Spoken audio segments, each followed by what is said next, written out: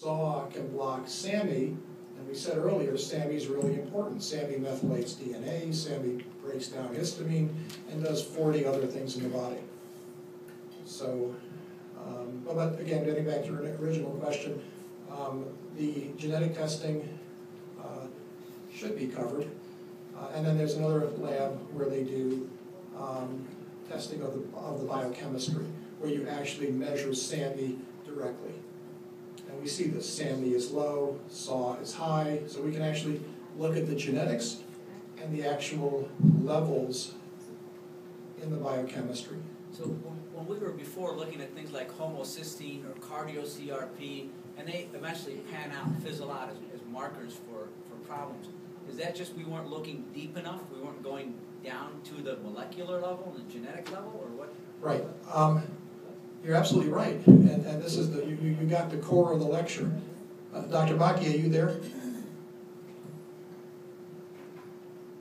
Yes, I am. Yeah, the question that was asked is, a lot of literature has been written about homocysteine, and there's no real great take-home message or conclusion about the value of the number of what the homocysteine level is. I want you to tell the audience why that's the case. Why are homocysteine levels alone not very valuable? Well, there's a couple of reasons. One is the traditional testing methods, whether done by LabCorp or Quest or any of the other very large testing laboratories. Homocysteine has to be preserved. And some of your genes are overactive. They're not shut down. And so you have to make SAMe. You have to have methionine be produced. You have to get homocysteine back up to methionine. You've got to be sure you're making enough SAMe so that that substance is properly controlling your genetics. And also, remember we said SAMe to SAW. SAMe, SAW. If SAW is high, it blocks SAMe. So when you're looking at a patient, to get back to you in terms of how do you think about this, you measure the biochemistry, you see their SAW level is high. There's an entire number of pathways that exist to lower SAW. It's complicated a little bit. This is where Dr. Baki is invaluable to me, but SAW lets out an adenosine. If adenosine is high, then you get backed up, and SAW goes up. SAW can block SAMe, and we said earlier, SAMe is really important. SAMe methylates DNA, SAMe breaks down histamine, and does 40 other things in the body. So, but again, getting back to your original question, the genetic testing should be covered. And then there's another lab where they do testing of the biochemistry, where you actually measure SAMe directly. And we see that SAMe is low, SAW is high, so we can actually look at the genetics and the actual levels in the biochemistry. So when we were before looking at things like homocysteine or cardio-CRP, and they... Yes, sir. How easy is to do some of these? I'm trying to take it from a theoretical point of view to a practical point of view. How easy? How easy? In some cases, I find it extremely difficult, and that's where Dr. Baki helps me enormously, because some patients, it takes some time because they've been so sick for so long, with all of their deficits, that they don't have an instantaneous improvement. It might take them 3 to 6 months, and you have to bring the therapy in relatively slowly.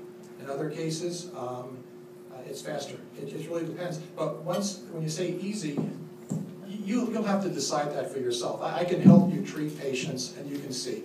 Once we have the data, if it's a mild case of arthritis, for example, we might find that just giving them methylcobalamin and methylfolate helps them significantly, and also balance their hormones. Because if that person is 57 years old and has low testosterone and low DHEA and low pregnenolone, we'll measure all of those hormonal levels. We'll bring those up. Remember epigenetics, right? We have to get the hormones up so we can help the genome express itself. And then if they have genetic errors, we have to support that too. So is that conceptually, that is easy. But you can't learn medicine out of a lecture too. If we do 5 or 10 cases together, you'll see for yourself how easy it can be and how hard. Some of the cases you'll find are incredibly difficult. Some are straightforward. But if you know the genetics and you know the methylation pathways, and like I showed in those pictures, levels decline with age. That is a fact. So what, you say? Well, if your hormones are declining, your epigenetics are going to be affected, because hormones affect your genetics. Hormones act in the genome. So if your hormones are down, see that line, how thin it is? That's done intentionally.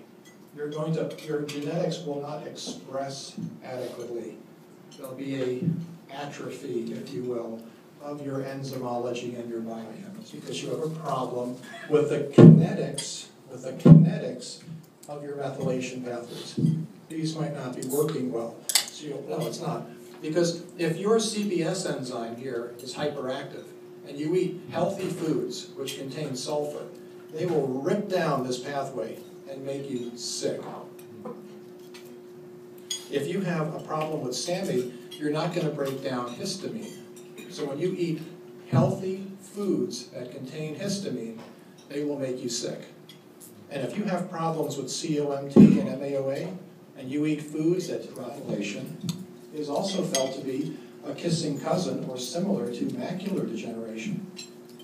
Look at this paper, DNA methylation by SAMe. They say, you must see the entire elephant in the room. You must realize that abnormalities in one of these elements affects the entire pathway. And everybody in this room has to get this right here. If you miss this, you're going to lose, you're going to get lost in the next bunch of slides. Okay? This is critical. Here we go. Now, and also don't forget that in the methylation pathway, we also control our neurotransmitters, serotonin, dopamine, and norepinephrine. Special mention to SAMe. Here's an analogy for you. Here's a piano. Every string of this piano represents your DNA. Okay? Who's playing the DNA? The answer is SAMe. SAMe turns your DNA on and off. When you methylate a gene, you shut it down.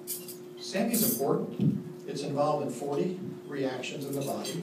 It assists in neurotransmitter metabolism. SAMe breaks down histamine, which is very important. SAMe is blocked by its downstream derivative, SAW, or S-adenosyl homocysteine. There's methionine, there's homocysteine. Okay? And there's an enzyme called MAT, which makes SAMe from ATP and methionine. MAT is the bullet maker. SAMe is the bullet. So you can see that SAMe is crucial. It turns your DNA on and off. Okay? Very good analogy. So there is literature on SAMe. There is literature on SAW. There's literature on adenosine, on glutathione, on homocysteine, on 5-folate, methylfolate, on methyl tetrahydrofolate, on methylchloride. Every healthy person has good genetics, and they have good speed of their enzymes. So think of traffic flow in Los Angeles as your biochemistry. All of the cars trying to get to their respective locations, they have to traverse pathways. And if the speeds are not set correctly, then traffic will result. What if we put stop signs on Bagley Road at every street corner? Everyone would be very upset because traffic would back up enormously. And that traffic is literally what causes a wide number of diseases. So this concept of enzyme kinetics is the basis of this GEMS condition, which I'll show you now affects so much. I think this is the new elephant in the room, so to speak. And the problem with this elephant is that we're always hyper-focused on specific elements of the pathway.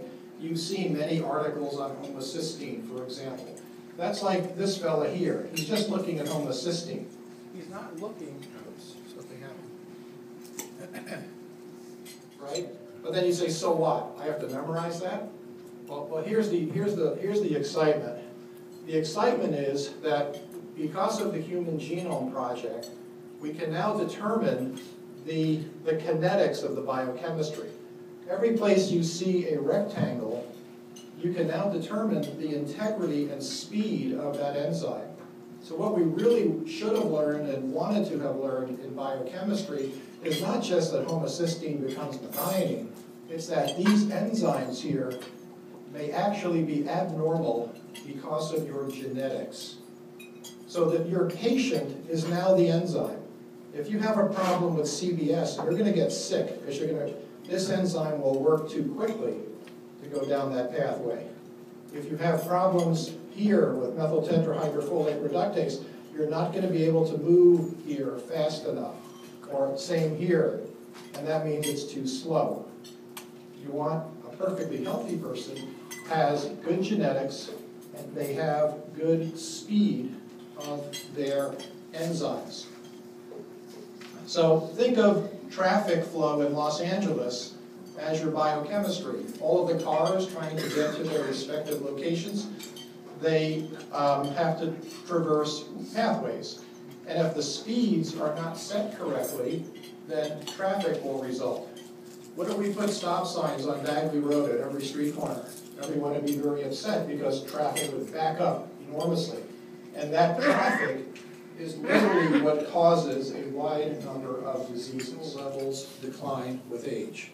That is a fact. So what, you say? Well, if your hormones are declining, your epigenetics are going to be affected, because hormones affect your genetics. Hormones act in the genome. So if your hormones are down, see that line, how thin it is? That's done intentionally. Your genetics will not express adequately. There'll be a atrophy, if you will, of your enzymology and your biochemistry. And what SAMe does, and I'll tell you more about this momentarily, is that SAMe methylates your DNA. It turns your DNA on and off, as you'll see. SAMe then breaks down and becomes SAW, S-adenosyl homocysteine, which is extremely important, as you'll see in the literature. And then SAW has to work its way back down to homocysteine after it kicks off an adenosine. Now, Mother Nature gave us two ways to bring homocysteine back to methionine because it's so crucial. You can get there by way of this group of enzymes, which involve joy biochemistry in medical school. I couldn't understand why on earth I had to memorize molecular structures and know what went to what. And I probably forgot everything I ever knew about bio. And you'll see why.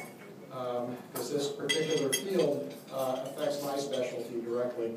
I'm a biomedical engineer. Back in the 1994-96 era, I developed my own form of LASIK eye surgery. That involved doing 7 FDA clinical trials and teaching LASIK, joy biochemistry in medical school. I couldn't understand why on earth I had to memorize molecular structures and know what went to what. And I probably forgot everything I ever knew about biochemistry.